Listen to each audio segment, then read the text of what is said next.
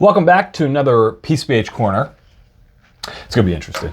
As we've been joking around, we're not sure how this one will go, and we'll see how this kind of evolves throughout. But this is a topic that, one, we kind of made a PCBH Corner about it before when we got back from Nepal. Kind of like the importance of us as healthcare providers really trying to do everything we can to support ourselves, and looking at the one analogy that you used was, what if we approach it the way that like LeBron James approaches him being a professional athlete? What if we looked at healthcare providers being like professional athletes equivalent to healthcare providers? Yeah, because there's going to be a lot of challenges. Correct. Exactly. So this is coming more, though, from a conversation that we've been having more and more recently. You know, when I go on LinkedIn, I swear every single thing that I'm seeing is just how burned out everybody is in healthcare, and just how healthcare is becoming a place that is harmful to people. And immediately, my mind says, Dave, be careful.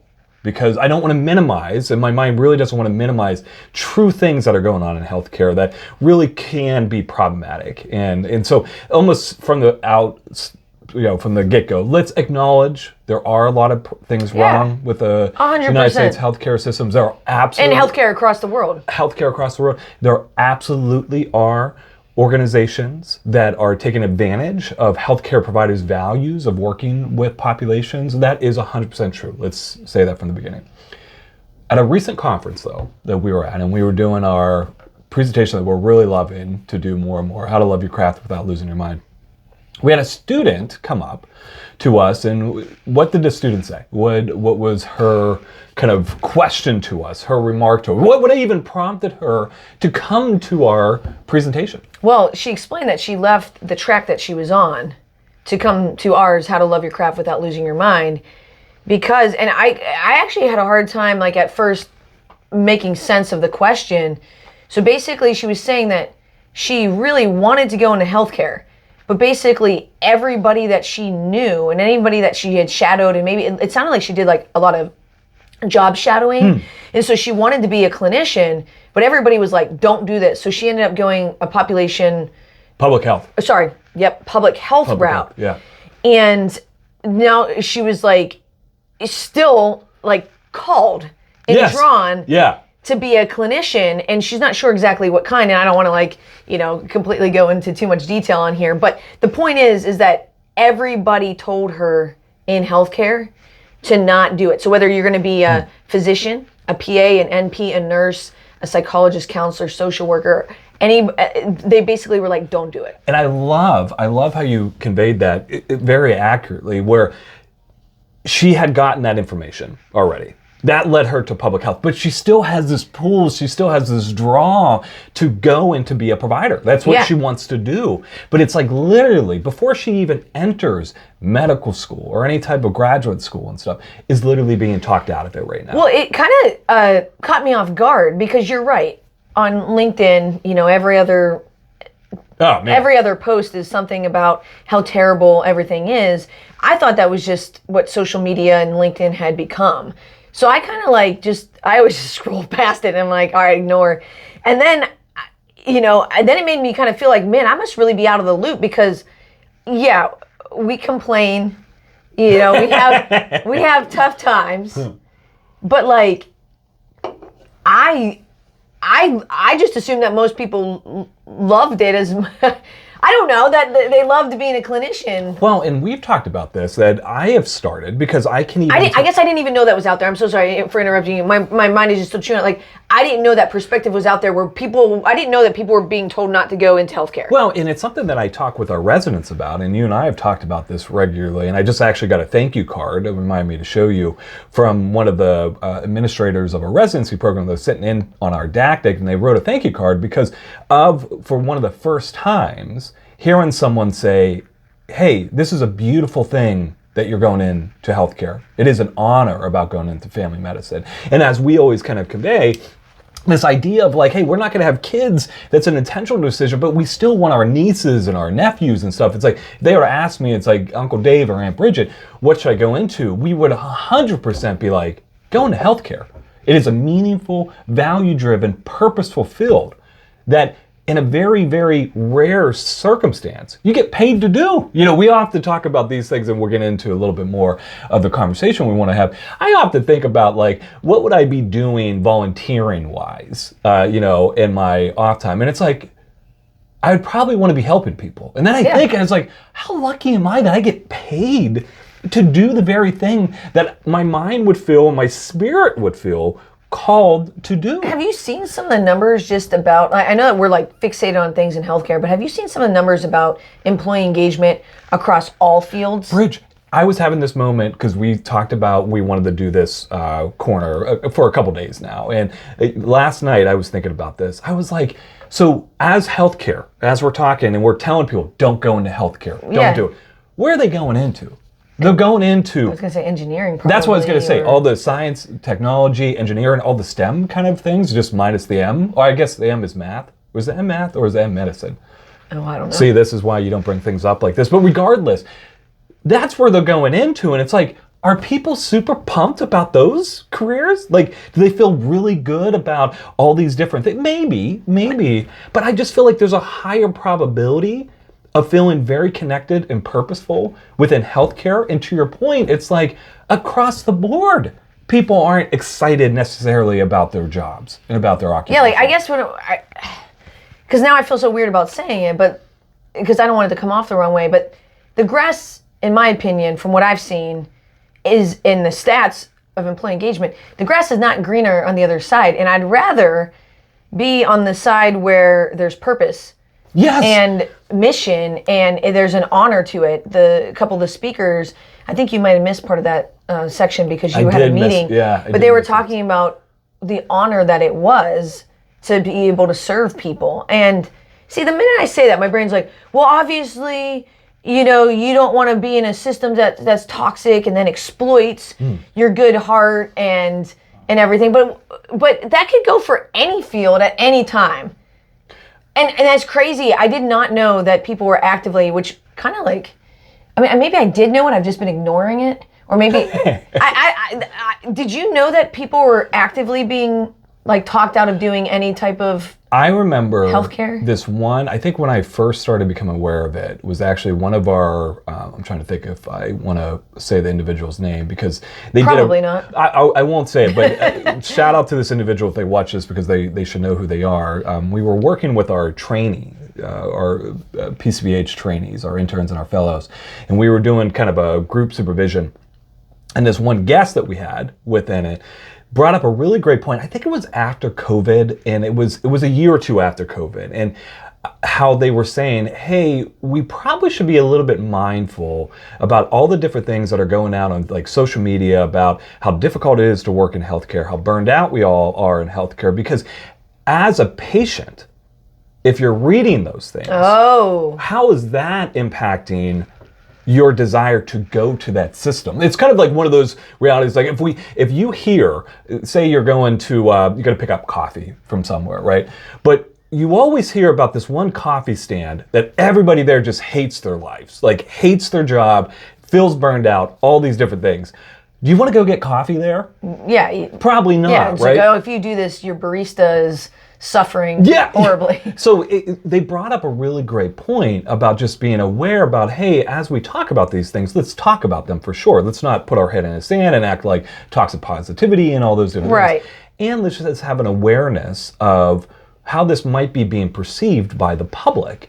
That's when I started to think, also, what is that doing about people entering in to those fields as far as medical school, graduate school for the behavioral health fields? Like, what are we doing even as people are entering these fields? Well, then that has a lot of implications because for employee engagement and having a good workforce and having people in your workforce who enjoy their work is one of the biggest drivers of being able to get and attracting more employees to come work for you. Yeah. So workforce-wise, if your entire field, then specifically your organization, and then specifically the profession that you do, just talk just so negatively about how terrible it is, you're never going to be able to attract so say you're super short-staffed, right? And maybe it's factually true. You are short-staffed, and it is an untenable situation unless you get more people. But the only thing you talk about is how terrible it is.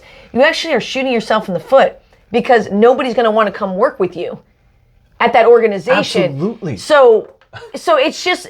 You could see how the cycle literally just starts to, it is like a system that is going to start producing the system downward the whole way through. Where it's like, because you can't recruit people, so even those people that are in the system are even more kind of upset. They leave the system more. People coming in, they're feeling that in a lot of ways, and it just continues to spiral downward. Yeah, you can't recruit, you can't retain, and then anybody who did come in, so say they, with a few people who were recruited, and maybe they just were really drawn to the mission, but weren't sure of all these negative things, and then they get here, and everything is so terrible, talking about how it's so terrible, it's so terrible, it's so terrible, then you never are able to get that tipping point to say like, yeah, things are challenging right now, but this is a great place to work. There's a lot of heart here. You kind of get that message. Now you're able to attract other people. Now all of a sudden you have enough people to do the job. Now that you have enough people to do the job, actually the work is pretty sustainable. Turns out it was only unsustainable when you were short-staffed. So yeah, this type of thinking, and I did have, it sounded like you have a... If you got something, go ahead. I had another thought that I wanted to move towards as well, but if you want to go. Well, I guess I'm just kind of thinking, we're all in healthcare and study psychology of some sort or human behavior, whether or not you're a medical provider or a BHC and you're watching this. What do we know about your belief system, your attitude, and if you have a certain outlook on how you think it's going to go, and that's the outlook that you have at the beginning?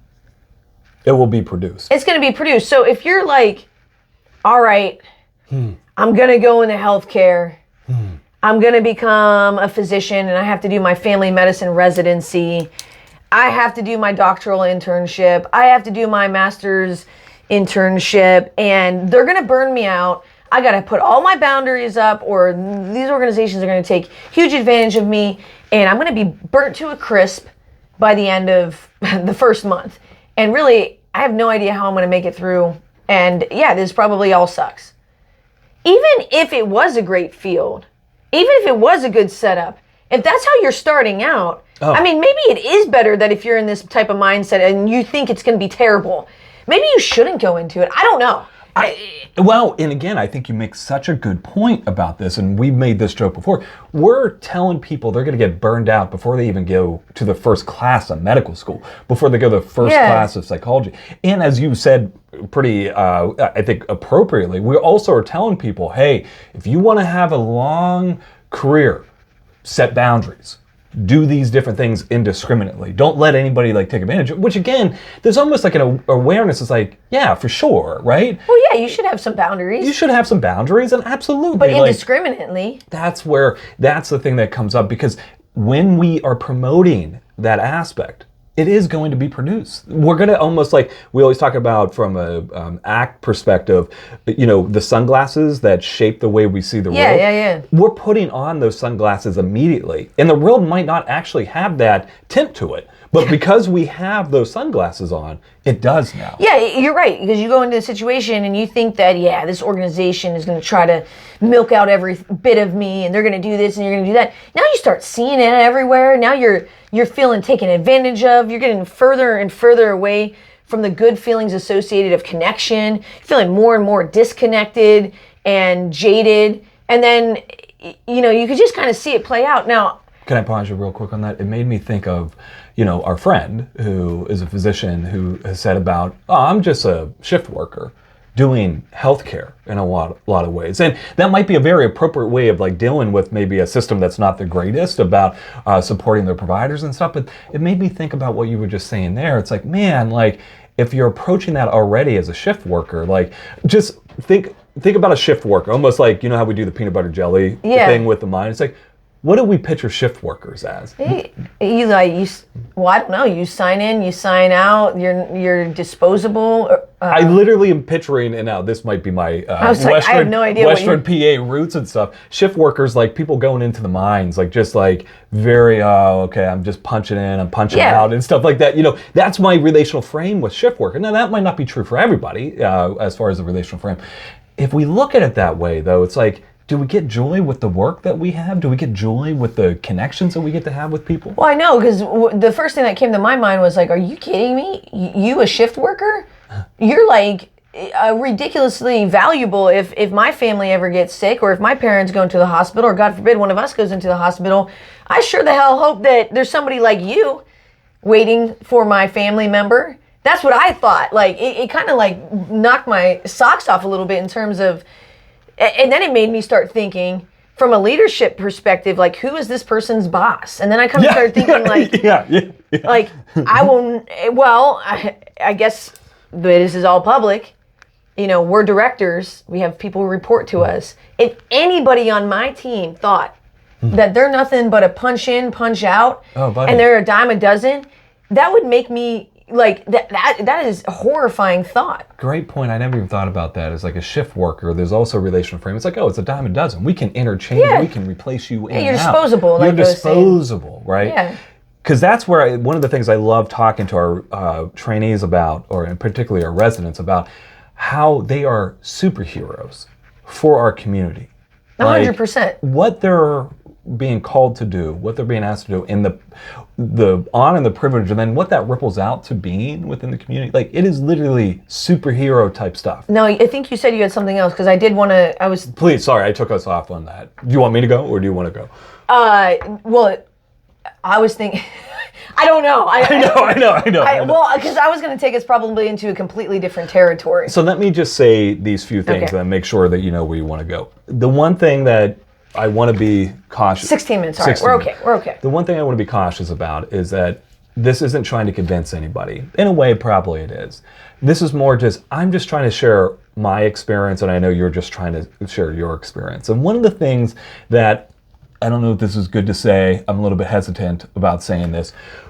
What's one quote that has really helped us with this idea of trying to prompt engagement, to have a return to agency and autonomy for us?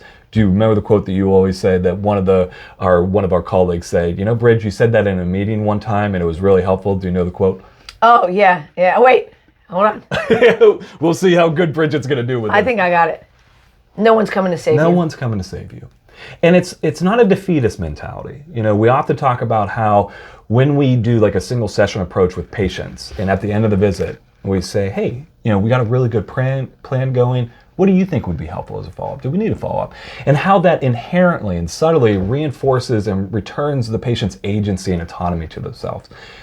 I think this is another thing that we're trying to do with this, is that as much as possible, return an agency and autonomy back to those human providers that are here right now. That there are ways that we can do it. Also returning agency to directors, because one of the things that we heard regularly from CFHA recently about just how tough it is to be a director and how you're balancing all these different things as far as productivity expectations and engagement with employees and all these different aspects. That quote about like, hey, no one is coming to save you, while can be jarring a little bit, I think it's a beautiful thing as a reminder. It's like, I'm going to be active in this. I'm going to be an agent of change within my system. Me as a provider, me as a director is going to do that. Yeah. You know, at a certain point with these PCBH corners, we don't edit things. We just upload them, and they might be taken a certain way. Because I feel like when you're saying this stuff, I feel like somebody might hear this and just think to themselves, yeah, sure, like make us all feel worse, and why don't you put us through another course on mindfulness and whatnot. But I know your heart is coming from a place of that you do enjoy your work most of the time, not all the time. Not all the time. And I think it was Mel Robbins had a guest on their podcast about the rule of the thirds. So it's like, if you're doing anything, oh, now I'm going to mess it up. But it's like a third of the time you should feel pretty challenged and demoralized. A third of the time, like, things are okay. And a third of the time you feel good. If you're in that range, then things are going pretty good. Because if you're kind of like, you know, if you're on the cutting edge, you're going to get cut sometime. But you should still, like, a third of the time have a lot of success and feel really good about it. And then a third of the time things are like calm. So we are not saying that you have joy 100%. But I know you and I know your heart. And your heart is saying, I love this work, both as, not both, where there's multiple, As a clinician, I know you love this work. As a leader and director, I know you love this work. And as an educator and supervisor, I know you love this work.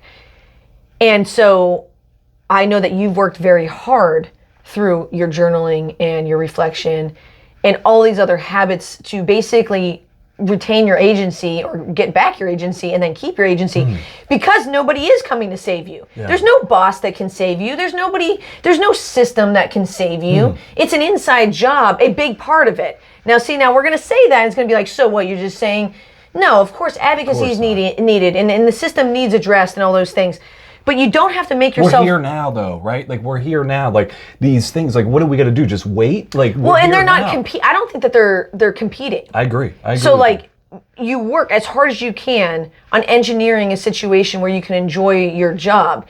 It doesn't mean that you're not going to now advocate. In fact, I think that you'd have somebody more likely to listen to you if you are in a good state of mind and you are having a lot of success and you have a positive disposition, and then when you do go advocate for change, somebody might take note of that and say, whoa, what do I got, what's Dave got going on over there? I think that's something that I want to look into.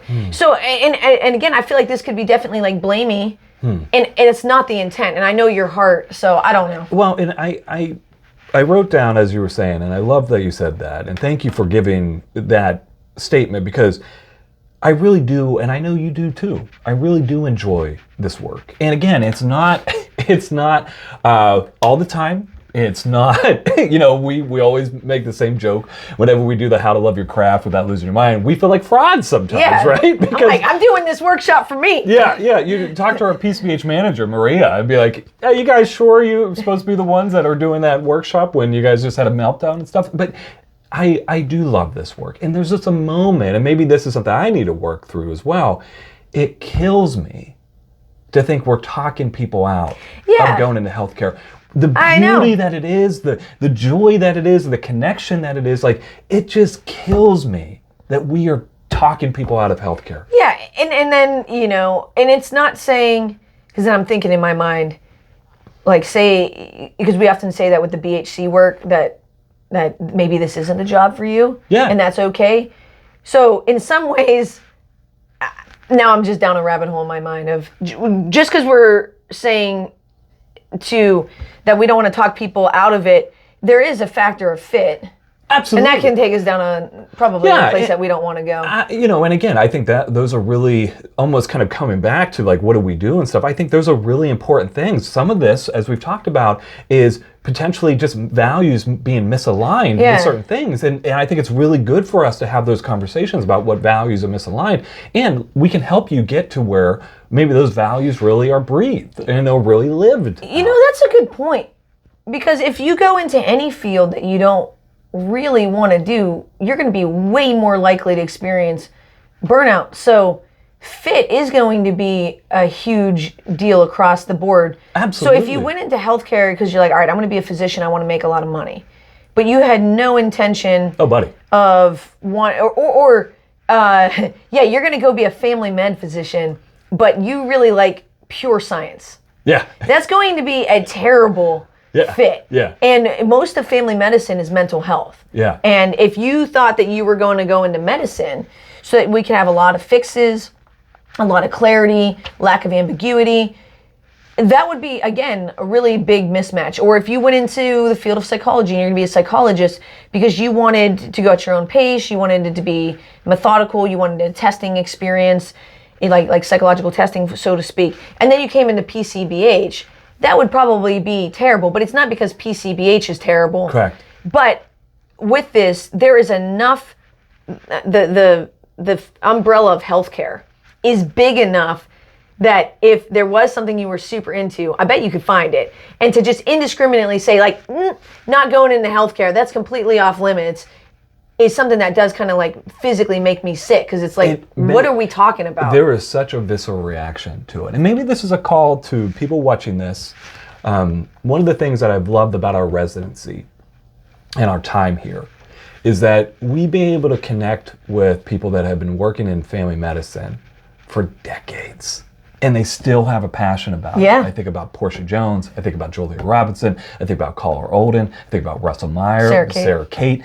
These people have been practicing for decades, and they're still pumped about it. Yeah. They're still excited about it. And they're very real about it, too. That's true. They're very real about it. And they have kids. I'm thinking about Sarah and Russell, not to put their kids on. They have a daughter that's going into medicine. And they're excited about that.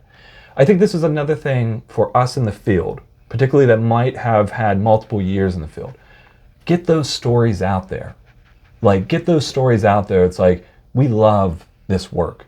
It is meaningful. It is something that is gratifying. There is no bigger life calling than what I get to do every single day. I agree with that. And so trying to get those stories out, because I put down about mentorship and the importance of this. It's like when I was going back to where we started, that student that came up to us, one of the things that just killed me was like, you haven't talked to anybody who loves it. And that's where we immediately, like, come shadow us. We'll get you connected with people in the field that have loved this work. People do love it. Now, they might have had to engineer some of it. But correct. Get those stories out a little bit more. Now, I'm going to break every rule because we should be mic dropping. That was like a natural, perfect ending. I love this conversation, though. But I did want to bring up one last thing. Please. If you've made it this far. How many? What are we at? We're at 26 minutes. All right. If you've made it this far, maybe you're listening to it at 2.0 speed. Pro move. That is a pro move.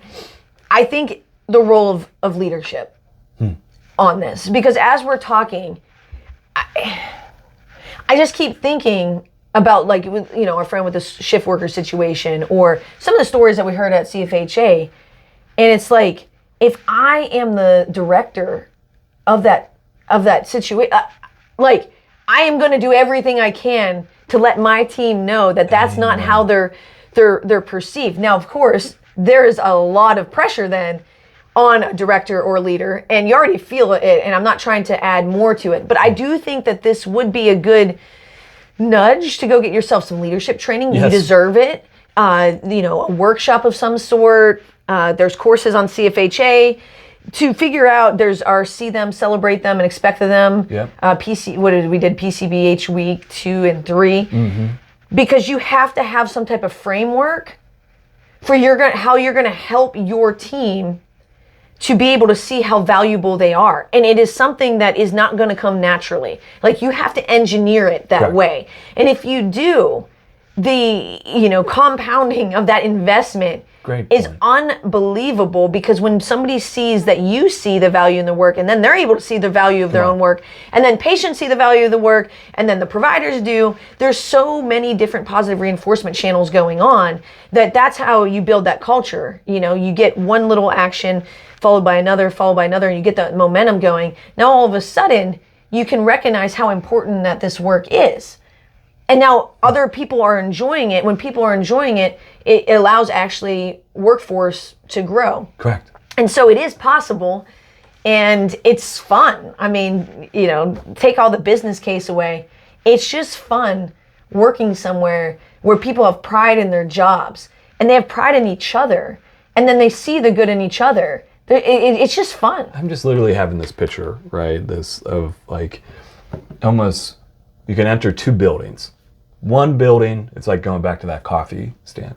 One building is on fire and people are trying to escape it, right? The other building is a welcoming place that you can almost hear music playing and all these. You can't see what's inside, but you can tell there's, like, live spirit that's going on in there. Like, people feel connected. It's like, which building are you going to go into? And I think that's where I love that idea of leadership. I would also put that with people that are teaching in a grad school and they're preparing these future clinicians. Like, make the house something that seems not only possible, but it seems life-breathing to people. Yeah, it's like Jody Palaha, you're in her PCBH Corner that I think it was about the community. You want the community that you want, you got to build it. Yeah. And to a certain extent, you want the healthcare culture that you want, you got to build it, because nobody's coming to save you. And again, it's on this PCBH Corner. I wouldn't blame people if they watched this and felt maybe a little bit invalidated of some sort, but just know that that's not the intention or the heart that we're coming at this with. It really is coming at this with, we know what this can be, and there's so much joy, and I wouldn't want to do anything else. It's not, and I love how you said that, it's not to say let's not focus and try to work on some of the things that we know need to be focused and fixed. It is an and. And even, I'll just speak for myself, I'm not speaking for anybody else, even working in a system that has a lot of those things that go wrong, a lot of those things, I couldn't imagine doing anything else. And one other tough truth. Sitting on the executive team and with our consulting work, also working with a lot of executives. Fair, not fair, real, not real. If you want to get their attention, success is going to bring I agree. that attention. So people get overwhelmed. You know, everyone thinks that people at the top have all this power, they have all this stuff, that like, hey, if there's just enough people that are disgruntled, that like it's going to cause a change. And maybe in some context that is could, yeah, absolutely. And I'm not a expert on all of this. I do know that most of the time humans are humans, and you're going to gravitate towards what's working. It's the reason why everybody knows about the Chicago Bulls in the 90s. It's the reason why everybody is an LA Dodgers fan right now. People are attracted to winning. Fair, not fair, real, not real. I think it's real. I think that that's the phenomenon. So yeah, if you're going to want to create a movement, you're going to want to create a movement where there's forward momentum. And you don't have to fake it. I think that's the thing that's really incredible too about what you're saying. It would be one thing if we were working, as we've said, like a sterile kind of like, I don't know, like business that doesn't do anything with the community to help others and stuff like that. It's like, man, for that, like we really got to be making shit up, right? Like we really got to be like really trying to show. I don't know. Maybe and again, and that's the thing. I shouldn't, you're absolutely right. If we My worked mind in shouldn't that be. field, Yeah. maybe we'd be able to know exactly what our mission was. That's what I would hope. But this, you don't have to try so hard. You don't even have to try. Yeah, people right? every day are like, hey, if I didn't have this support, me or one of my family members could have died. Correct. Like, it's all around us.